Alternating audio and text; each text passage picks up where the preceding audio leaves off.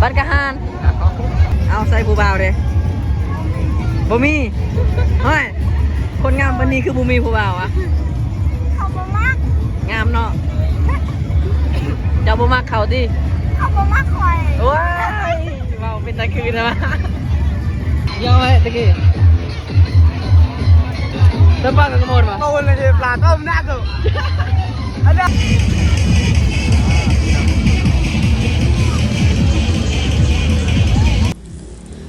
สบายดีสวัสดีพ่อแม่พี่น้องบ่าวไทยบ้านนอกพาพี่น้องไปลินบุญสงกรานต์เด้อเนาะมื้อนี้เซาตีบอกว่าอยากจะไปลินบุญสงกรานต์แห้งๆเนาะอากาศร้อนอยู่เฮือนก็อยู่บ่ได้เนาะอยากไปแช่น้ำมองที่มีคนหลายๆเพิ่นว่าและทุกคนฮู้บ่ว่าเป็นหยังบ่าวไทยบ้านนอกจังเดินทางมาทางนี้เนาะ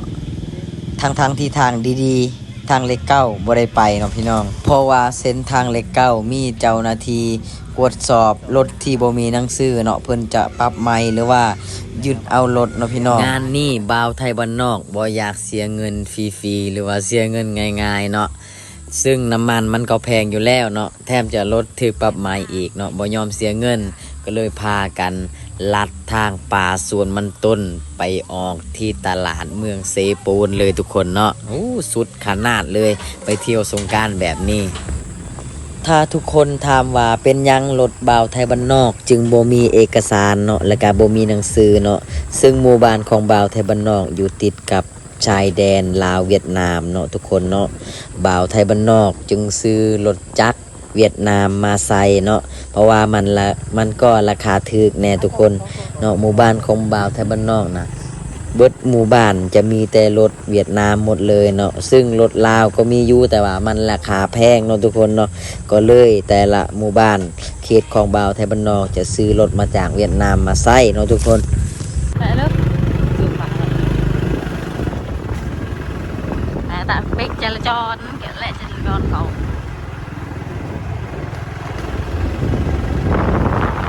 คือบรรยากาศตอนนี้ก็พากันมาฮอดอยู่ที่ครัวเซบังเฮียงเมืองเซโปนแขวงสวรรณเขตแล้วเนาะพี่น้องโอ้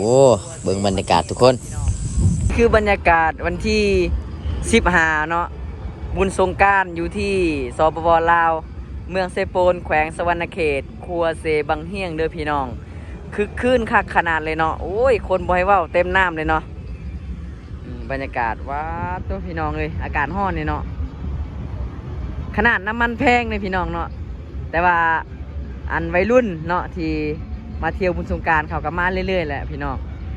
คือปีกายปีก่อนเนาะช่วงที่น้ำมันบ่แพงเนาะคนแห้งหลายกว่านี้เนาะแต่ว่าปีนี้ก็บ่ปานใดเนาะแต่ก็หลายแต่ว่าบ่เท่าปีที่เคยเห็นมาเนาะที่คนหลายที่สุดนะพี่น้อง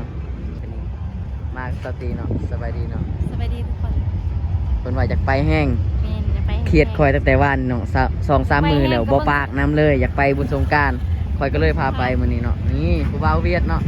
ผู้บ่าวเวียดผู้สาวเวียดเนาะมานำกันเนาะมื้อนี้มาก็มาทางลัดเด้อพี่น้องเนาะเพราะว่าเจ้าหน้าที่ที่กักรถเถื่อนนะพี่น้องอยู่พุ่นเนาะเขาจะปรับเงินเนาะก็เลยมาทางลัดเนาะกระเพราเห็นมืออ่ะเดี๋ยวโอเคบรรยากาศตอนนี้โคตรฮอนเนาะคนหลายเลยไปเดี๋ยวจะพาพี่น้องลงเซนำกันเนาะไปให้ไป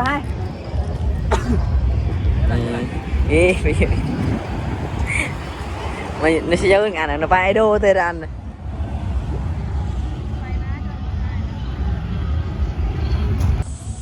ตอนนี้บ่าวไทยบ้านนอกพากันลงน้ำเซแล้วเนาะกับไอ้น้องเวียดนามเนาะมานำกันเนาะทุกคนเนาะเพิ่นก็มาจากเวียดนามอยากมาเที่ยวบุญสงกรานต์ว่าบุญปีใหม่ของลาวบ่าวไทยบ้านนอกก็พาเพิ่นไปเนาะทุกคนบรรยากาศโคตรฮอนเลยพี่น้องเนาะมาฮอดแคมป์น้ำนี่โคตรฮอนที่สุดเลยทุกคนเลย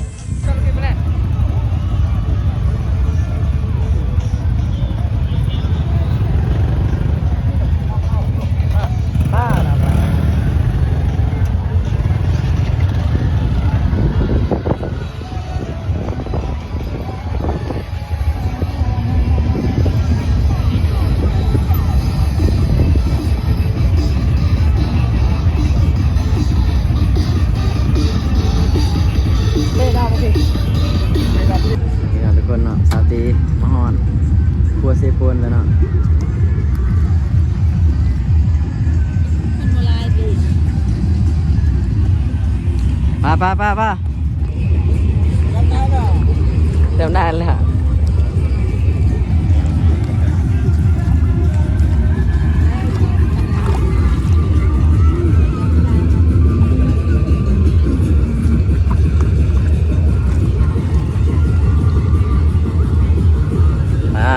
คนคืนขนาดเลย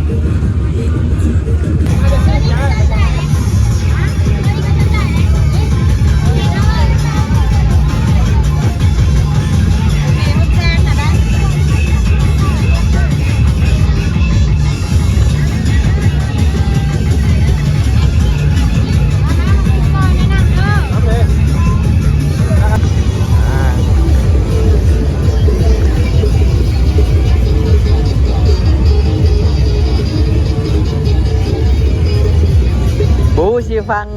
อันเครื่องเสียงตัวใดดีเนาะเพราะว่าบรรยากาศคนมันคึกคืนขนาดเลยทุกคนเนาะ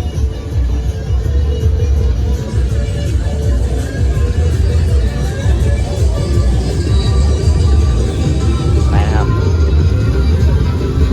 ตอนนี้กำลังงานมาแล้ว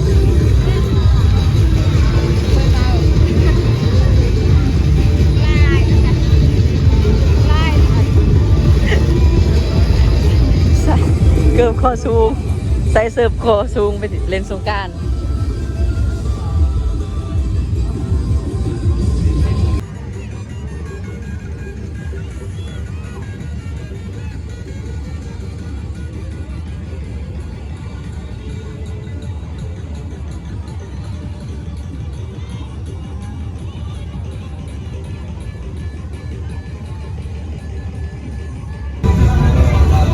จังเหรอก็จังเหรอ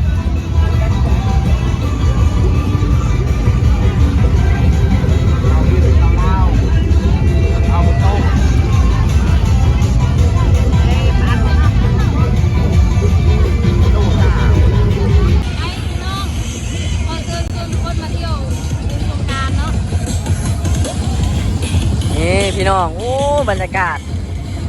คือคืนขนาดเลยเนาะสาวตีบนเขียดจากไปแห้งลายมือเนาะไม่ได้ไปก็เลยว่าชวนคนมามื้อนี้เนาะ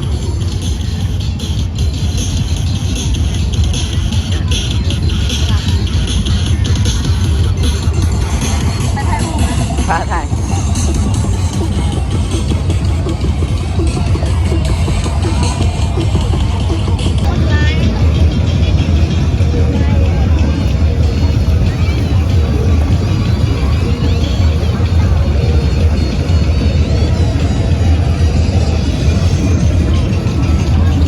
โดนน้ำผู้หนึ่งอาบขี้ไข่ผู้หนึ่งเนาะพี่น้องเนาะบางคนก็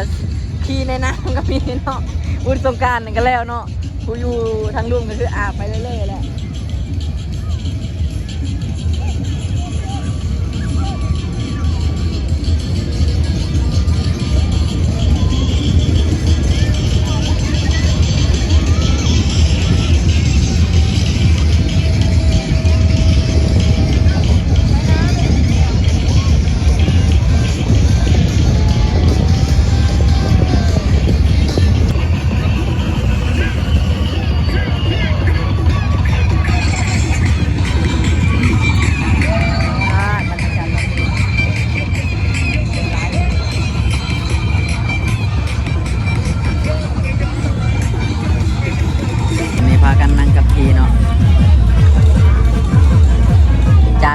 50,000 กีบเด้อพี่น้องเด้อเบิ่งเอาพี่น้องจานละ50,000 กีบก็สิได้ประมาณนี้เนาะโอ้ยพี่น้องตามเองอยู่เพื่อนแห่งหลายกว่านี้อีกเนาะแต่ก็คือว่าแล้วเนาะเป็นมองที่เขาเจ้าเล่นเป็นมองที่เขาเจ้าเที่ยวเนาะก็สิประมาณนี้แหละเกือบคนลายเลย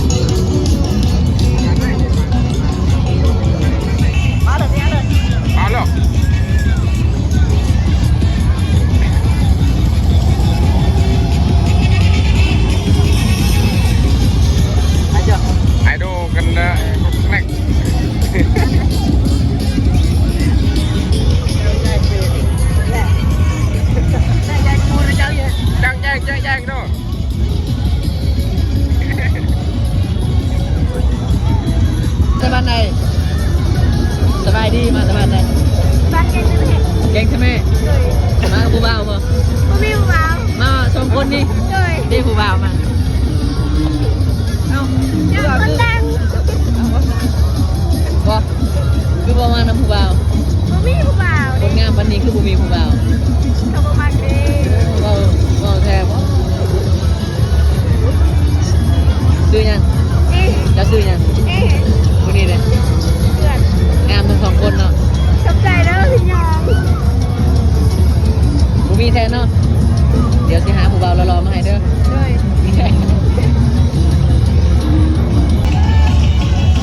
ขายยังไงบ้านใดบ้านใดฮะ มันที่บัดกี้เมืองหยัง เจะโพส เซปูนนี่บ่ แม่ ไปทางใด ทางบริษัทซันเปเปอร์ บ้านแกงกี้ มันดี มันจี้ แม่ สาวงามเลยเอาใส่ผู้บ่าวเด้บ่มีเฮ้ยคนงามวันนี้คือบ่มีผู้บ่าวอะ เขาบ่มัก งามเนาะเจ้าบ่มักเขาติ เขาบ่มักคอย โอ้ยเว้าเป็นตะคืนนะ งามงามเด้อพี่น้องอันนี้สาวบ้านมันจี้เนาะยังโสดบ่ โซน ติดต่อได้ทางใดคือผู้บ่าวยังมาจีบนี่ติดต่อได้ทางใดเฟซบ่ชื่อเฟซว่า นางงอน นางมอนโอเคเดี๋ยวสิทักไปหาเด้อบ๊ายบาย บ๊ายบาย น้ำก็เลิกพอสมควรเด้อพี่น้องเด้อเนาะ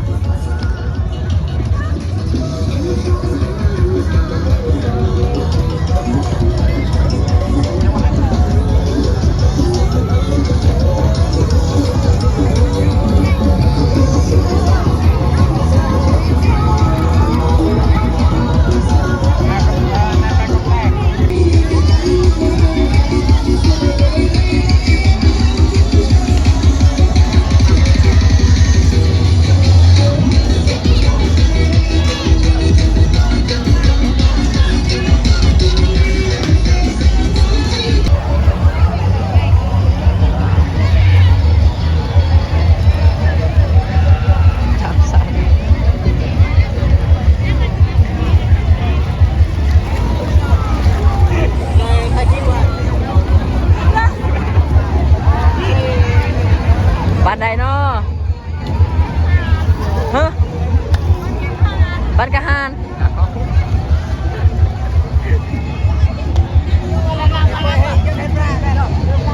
ย้อนเลย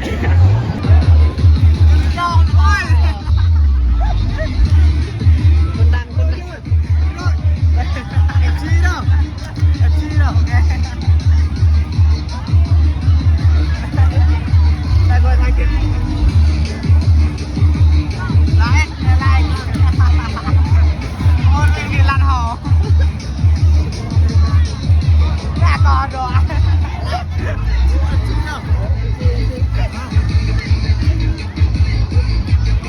เอาใช่ไหม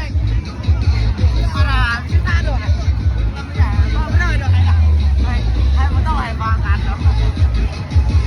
แล้วมาในกล่อง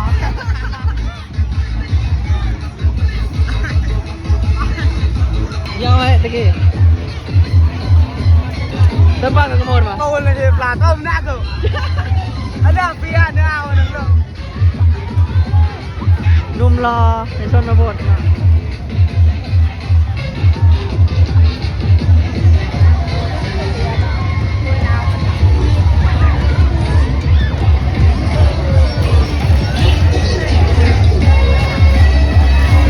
เต้นเต้นเต้นเต้น Ada biar mau buat gue. จะพวกไหมบ่จริงจริงจะพวกไหมบ่ Ha. จะพวกไหม Mau gue. ยาวบ่ Dah bilat ho. Ada bilat ho. ร้านกันละเท้า Biar mau berah.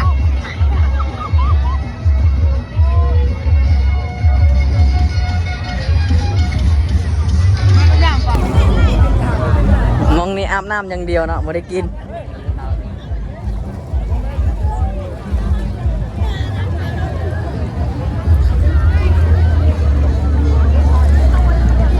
Ơi, cầm nào bao lờ? Vâng, cầm nào bao? Ha? Lẹ vào rồi nhỉ? Là cái nào mày bảo? Lẹ ai mày? Mày biết vợ? Vợ bắt nãy nha vợ? Vâng, bắt nãy nha.